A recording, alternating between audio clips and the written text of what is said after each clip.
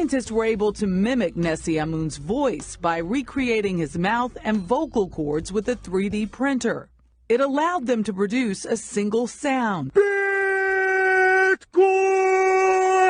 There is no second best.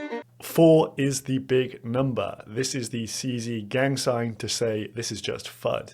So in this video, taking a look at the civil complaint here from the Cftc, trying to sue Binance and CZ directly. So let's get into the scoop here, see what this is all about. Is this just FUD? Just another episode, or should we be quite a bit worried? If you enjoy the content, make sure you subscribe to the channel. So starting here with Tree of News posting this yesterday, Binance and CZ sued by Cftc over regulatory violations.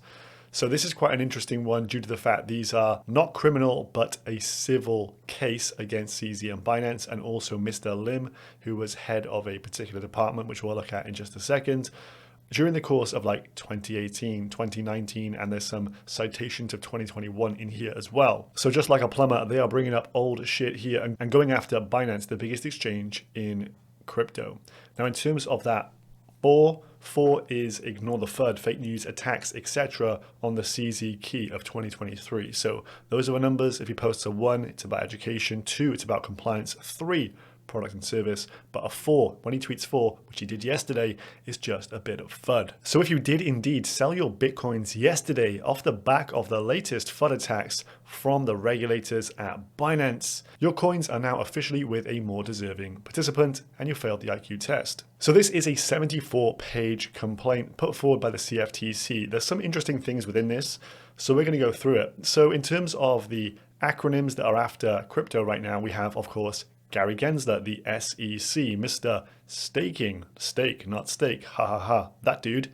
And then we have the Commodities and Futures Trading Commission. So interestingly, point number 1 here is the fact that the CFTC says that Bitcoin, ETH, Litecoin, and Tether plus BUSD within this, they're all recognized as commodities and not unregistered securities, like Gary Gensler stated in the Wells notice over to Paxos previously. So that is very interesting indeed. Gensler on many occasions has argued that virtually all crypto assets are unregistered securities with the absence of Bitcoin there. So what could be happening here is we could be seeing a bit of a slicing up between these different acronyms. SEC, CFTC, they're trying to play hardball here and discover whose ground crypto is. The SEC wants to cover this, but clearly the CFTC also does as well. So there is a game being played between the regulators to see who gets this slice of the pie. Coinbase Chief Legal Officer Paul Grewal posted this quite amusingly. A security can apparently also be a commodity, except when it's not, and it depends on which regulator you ask and when. If you're confused, you're not alone. Is this really the best American law has to offer? That is a point well made, sir, as we are getting zero regulatory clarity right now, and there seems to be dick measuring between these regulators. So this one's quite an interesting one. Second point, CFTC stated they were able to gather evidence by collecting signal texts from CZ's group chat. Signal is an end-to-end encryption messaging service used by individuals who want to preserve their privacy.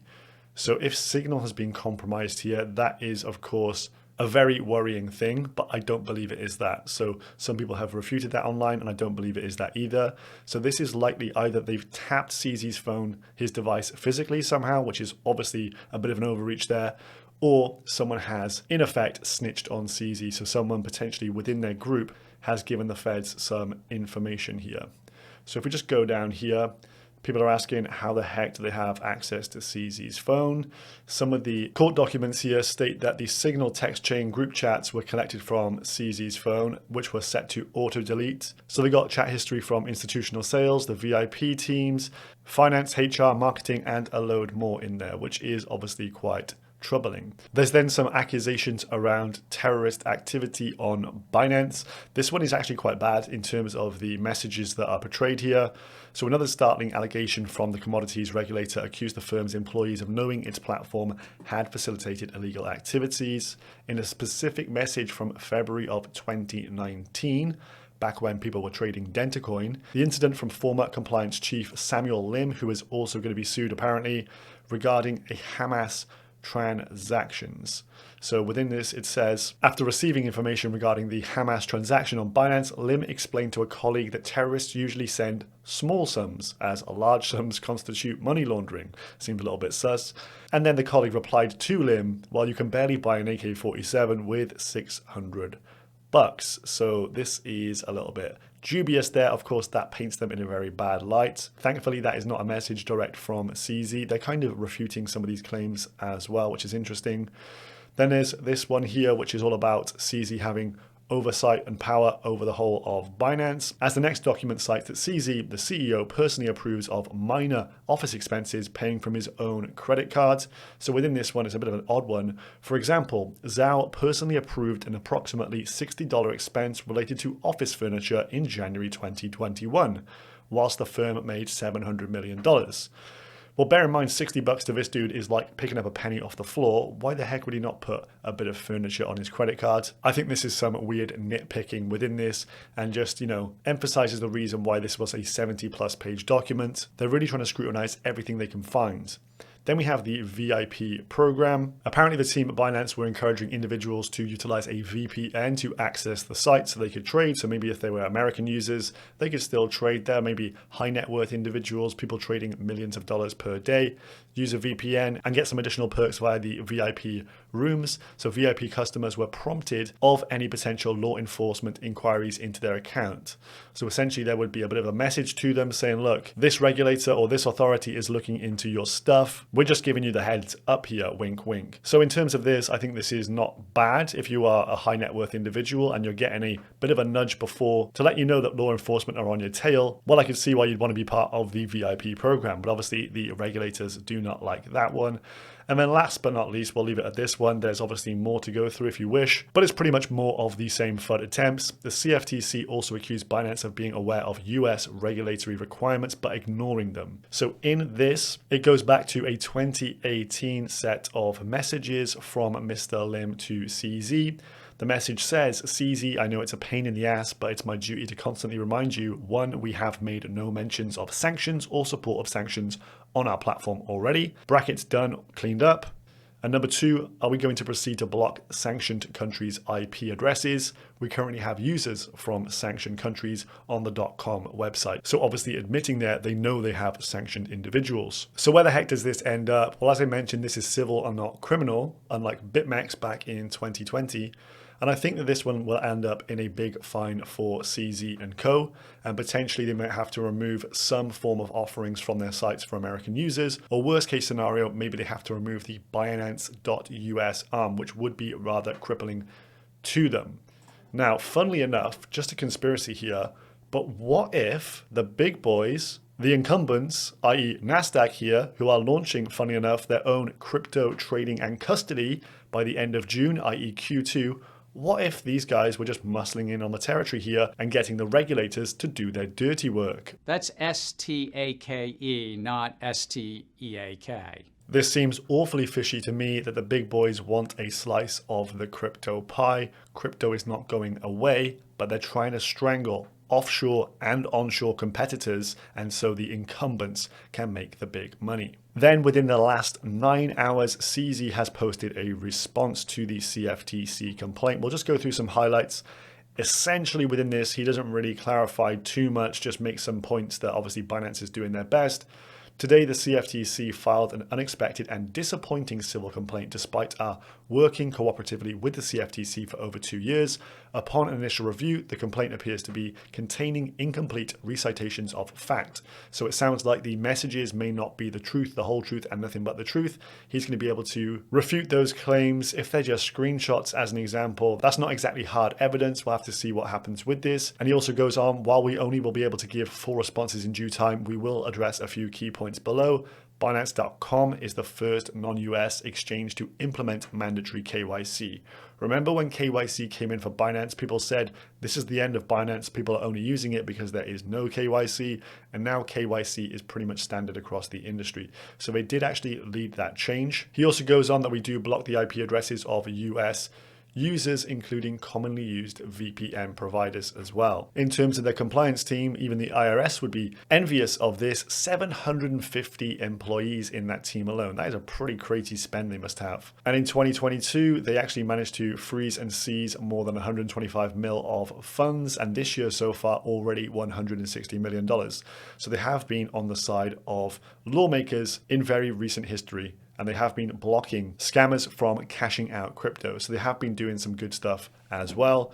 Personally, I have 2 accounts at Binance, he says, one for his Binance card and one for his personal crypto holdings. Then this phrase is doing the rounds. I eat our own dog food and store my crypto on Binance.com.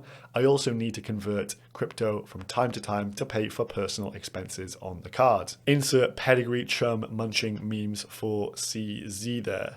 Then a little bit further on down here, he pretty much signs off saying, look, they're looking for amicable resolutions to all the problems put forward. They're working with regulators. They're doing that in the UK, the US, and absolutely everywhere else. And they have tons of licenses already. We thank you for your unwavering support. Signs off, CZ. Now insert the hopium. So here, Mr. Ansem posted this just yesterday. Back in 2020, we had a very similar thing happen. Breaking the block. 1st of October 2020, the Cftc files charges against the owners of crypto derivatives exchange BitMEX, i.e. Arthur Hayes. The market then went on the staircase to heaven. And then just yesterday, breaking, Binance charged by the Cftc. Again, could we be seeing that time is yet again a flat circle? Could this be another moment where crypto starts to ascend? Then if you haven't had your fair share of BS for the day, check out this one coming through Congress right about now. S686 is the bill name. As Jody High wrote a post, this is insane. Minimum 20-year sentence and a $250,000 fine for using a VPN to access banned apps. Here is the said document. Software designed or used primarily for connecting with and communicating via the internet. Sounds like a VPN to me. So this choke point 2.0 really is coming down hard on American citizens. Feeling very sorry for our brothers out there. This is ridiculous stuff. I believe it's even specific DeFi apps. So for example, if you have some VE positions on certain sites, I can't remember which one off the top of my head, you wouldn't be able to claim your rewards under this regulation because of course you need to access via VPN as the US geography has been restricted. So what are we seeing here? Well, the crypto industry is getting hammered left, right, and center. They're trying to take down our exchanges. They're removing services from Kraken. They're closing down the banks. Meanwhile, the incumbents, Nasdaq, are about to start their own trading and crypto holdings. And we know all the big asset managers are also going to have their claws in this sector. JP Morgan, BlackRock, etc. They're all coming for crypto. So it's kind of make way for these guys. Let us have a big fat slice of the pie. Crypto natives move the heck out of the way, unfortunately. But meanwhile, this is the weekly chart of BTC. As you can see, the FUD, the shenanigans that has come out, Bitcoin dropped like $1,000 in total. Currently trading at 26,750, pretty much retesting the previous weekly area of resistance now as a support. So it could be a support resistance flip on the menu from this. Many individuals expecting this 25K region down here to come and get tagged off the back of all this bad news and FUD, but that as yet has not happened. So Bitcoin looking rather strong here, and it has an incredible narrative right now. Dollar hegemony being upset, BTC is arising. I hope you enjoyed this one. If you did, smash a like on the video, subscribe to the channel. I'll see you again tomorrow. Peace.